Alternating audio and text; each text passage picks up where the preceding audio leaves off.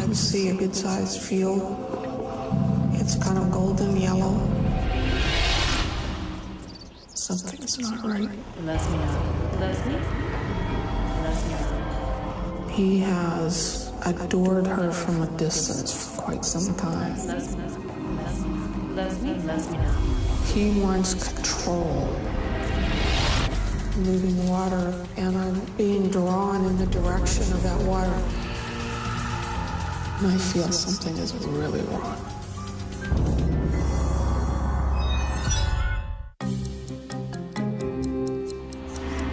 These are the true stories of real cases and the psychics who help investigators solve their most baffling mysteries.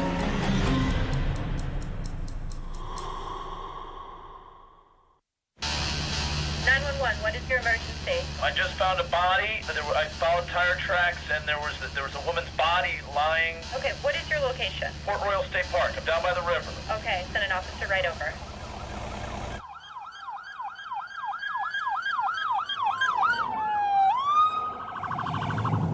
That's 10-4, I'm en route. I had received a call from Central Dispatch that a farmer in the community of Port Royal Park had discovered a body on his farm. At the time of the call, we was unaware of whether it was a homicide, suicide, accidental death. It was determined that the victim was a white female, 18 to 24 years of age. There was no identification found on the body. The crime scene had deteriorated to the point that a cause and manner of death was something that would have to be determined by the medical examiner. We searched the crime scene for a murder weapon, but no weapon was found. The most significant piece of evidence that was discovered was a fiber, a blue fiber, that was found on the clothing of the victim. Police send the fiber to the lab and the body to the medical examiner's office for identification. When we compared the victim's dental records with those on file, we were able to identify this person as Jamie Maribel. Miss Maribel was a 19-year-old girl who had disappeared 3 days before at Clarksville, Tennessee. We found a very distinctive injury in one of the bones in her neck. It was in the shape of a six-pointed star. One of our colleagues immediately recognized it. He ran out to his truck, came back into the morgue carrying his Torx screwdriver. He rammed it into the wall, and we were then immediately able to make the comparison between the mark he made with the mark on Miss Maribel's neck. The fatal injury was caused by a Torx screwdriver. Jamie Maribel has been murdered.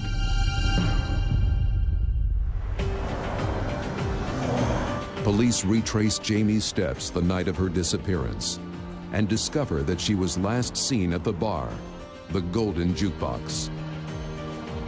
Everyone who was at the bar the night of Jamie Maribel's disappearance was interviewed. Police quickly get their first lead.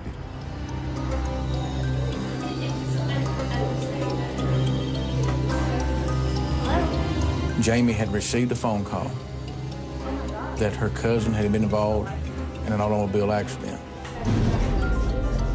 Friends believed that she was headed to the hospital, but Jamie never made it to the hospital. Those sort of things didn't happen around here. That was big city crime. It was unheard of for a young woman to go out and be attacked in such a way. But for days, police are unable to identify a suspect. Jamie's father was very involved with the homicide case. At that time, he was a police officer with the Metropolitan Police Department in Nashville, Tennessee. I've got a 19-year-old child being murdered, you know, the case is not solved. I kept on doing things I thought to keep that case active, but to keep that case in the public's eyes. I went to any length, any avenues, any suggestions, Any amount of money I had to spend, I didn't turn any ideas down. I did everything possible to solve that murder. I remember him calling me on weekends, in the middle of the night, during holidays, and just saying, I want to tell you about Jamie. And, you know, a lot of people started to question Jim's sanity, I guess, because it looked hopeless from where everybody else stood. I rented a billboard to advertise Jamie's murder. I guess the billboard was up probably a month, and I received a call. The guy asked me, was I interested in talking to a psychic? Psychic Nancy Meyer has worked over 500 homicide and missing persons investigations. The first time I heard about Nancy Myers, I did a little research. I knew that she had worked with other law enforcement agencies throughout the United States. I was ready to do it right then and there.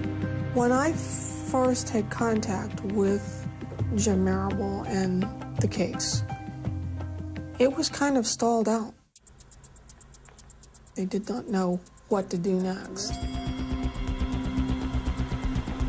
I gave Nancy some pictures of Jamie.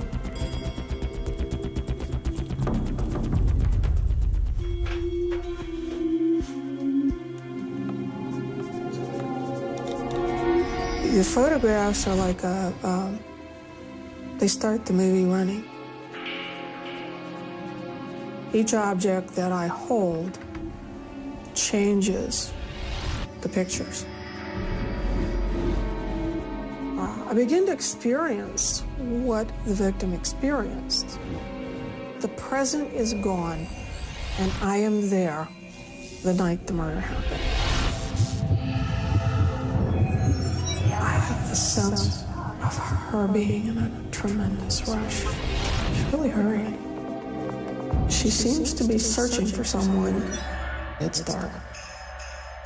It's so oddly quiet.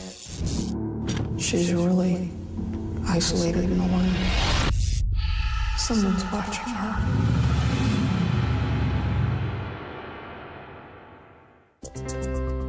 Psychic Nancy Meyer has received photographs of murder victim Jamie Marable. Hi, Jim. This is Nancy Meyer. I got your package, and it's really useful stuff. Yeah, I'm getting a lot of good impressions from particularly this photo of the two young ladies. Yes, there definitely was someone watching her that night. I see a truck. It sounds like that engine's more powerful than usual. I can sense high-tension wires. It just sends a charge through my body. And in the back of that truck, when they hit the bump, stuff jounces. The noises are metallic. There's tools. I'm hearing stones thrown. It's not a paved road, country lane. I can smell pine, a wooded area, moving water. He stopped this truck in the middle of nowhere, and the engine's idling, but the truck is stopped. What she was telling me, I thought I was reliving a crime scene because she was describing almost verbatim where Jamie's body was found. Electrical towers, the running water, with Jamie being in some woods. She almost described it perfectly.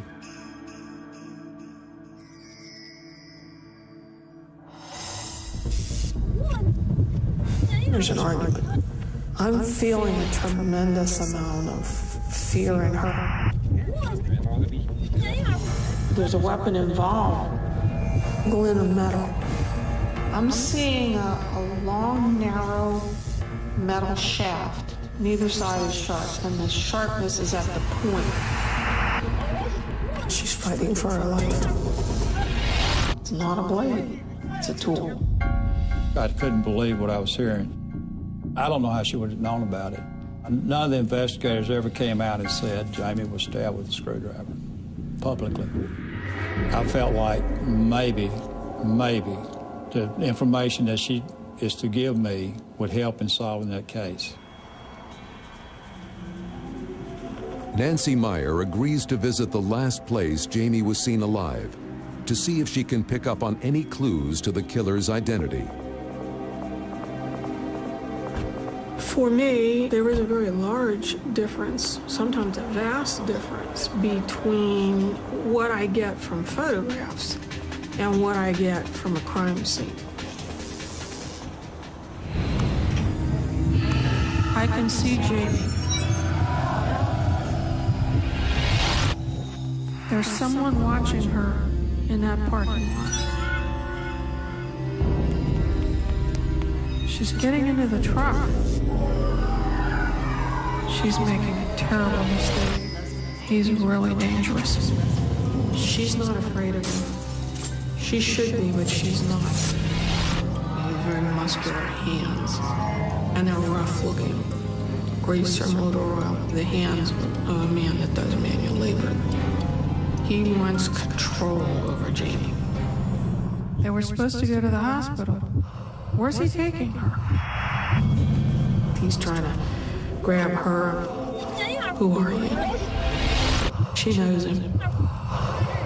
She told me that Jamie left the bar with somebody she knew. Jim Marable turns his attention to Jamie's high school friends and makes an unsettling discovery. One of the rumors in Clarksville, Jamie was involved with a guy named Snake Frazier. Snake had a lengthy criminal records in Clarksville, Montgomery County, and he had been in penitentiary several times. His rap sheet probably, I'd say at least 2 feet long. He was brought in and questioned. Snake tells police he was in Nashville, over 60 miles away, the night Jamie Marable disappeared. He took a polygraph. He cleared himself. It was just a red herring, just a rumor, that's all it was. No way was Snake Frazier involved in Jamie's murder. Police are back at square one. And then a break. Analysis of the blue fiber recovered from the crime scene reveals just the clue investigators are searching for. After months of searching, police finally have a lead in their hunt for Jamie Marable's killer.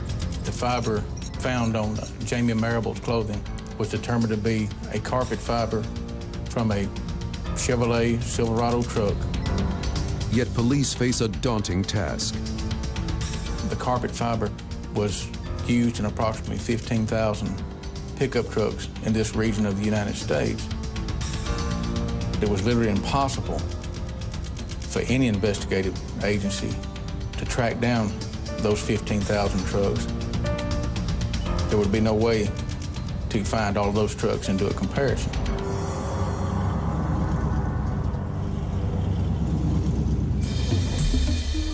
In an effort to generate new leads, Jim Marable takes psychic Nancy Meyer to the park, where Jamie's body was found.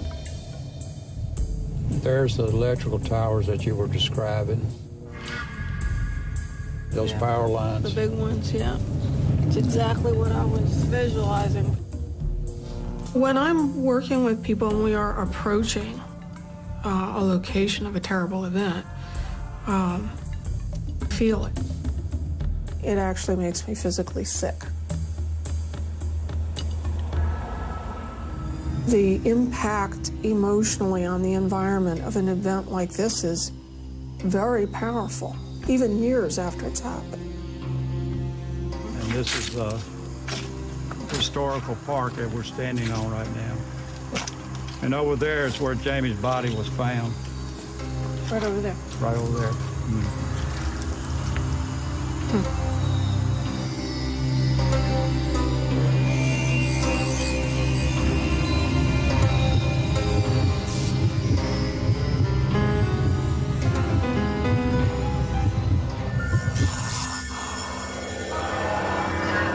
knows this area well.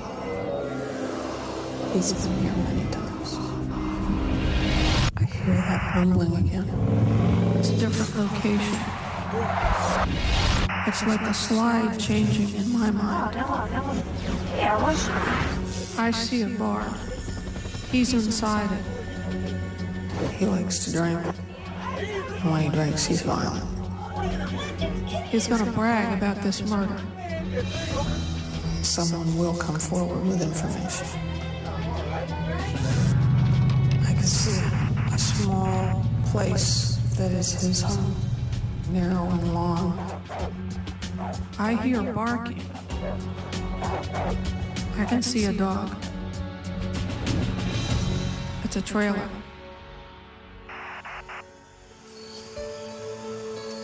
I really feel like he knows the area very well and lives and works near this area. This is not an extraneous choice. He lives and works near here. Jim searches for a white trailer near the park, but without a specific address, the search is futile. The case goes cold. For several years, there are no new leads. Then, out of the blue, a call comes in. Around 6 years after Jamie was murdered, I got a phone call. A man came forward and said that he knew something about Jamie's murder. Have police finally got the break they've been looking for?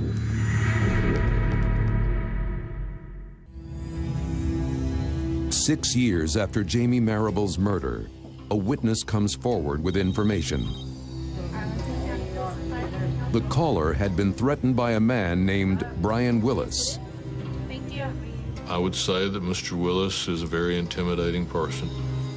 Brian was about 300 pounds. He's a big guy in a little town. He worked for a company called Greenfield Trucking and Construction. They were doing a road project that Brian was working on in the very area where Jamie's body was found. This witness told a fellow that he had worked for that he had had a disagreement with Brian Willis. Brian Willis had said to him words to the effect, "You better not mess with me or I'll stab your guts out like I did that girl from Clarksville."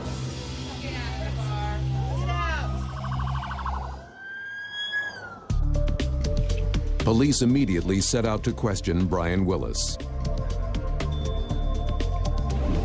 Brian Willis was staying in a white trailer, and there was a dog there. Exactly as Nancy Meyer had described in her vision. He admitted that he was at the Golden Jukebox that night. We think they knew each other through the nightlife bar scene, if you will, in Clarksville. One of Jamie's friends said that she thought that Brian had a crush on Jamie. One look at Brian Willis's truck will close the case. Brian Willis drove a Silverado Chevy blue truck, 1983 or 1984. The exact type of truck that police have been looking for. They took a sample of carpet from his truck. The carpet fibers are sent to the lab to be compared to the fiber found on Jamie Marable's clothing.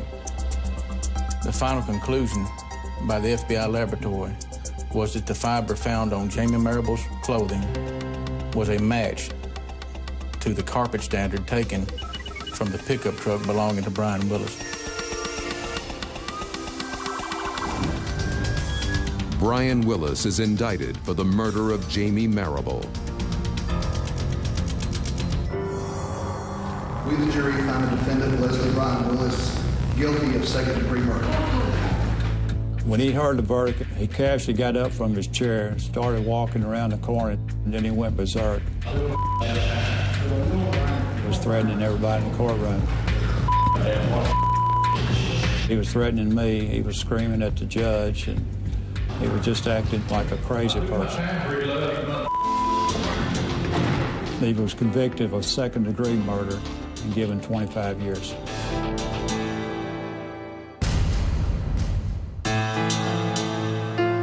But if you put a really good psychic together with modern forensics and really good detectives, the killers in that town better look out.